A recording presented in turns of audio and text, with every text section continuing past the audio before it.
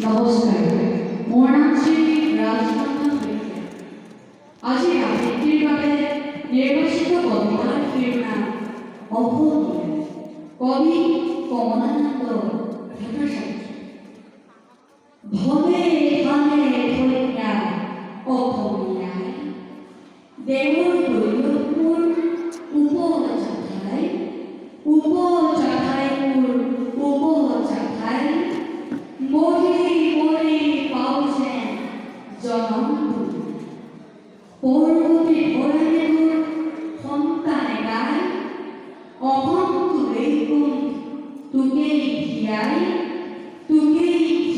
মোৰ শ্যামলীয়াই গছে বনে লৈ ফুৰে নাচি নোচোৱাই মণিপুৰী পকা ফুল দফলা চাই আগৰ মেচিন লগা শহুৰৰ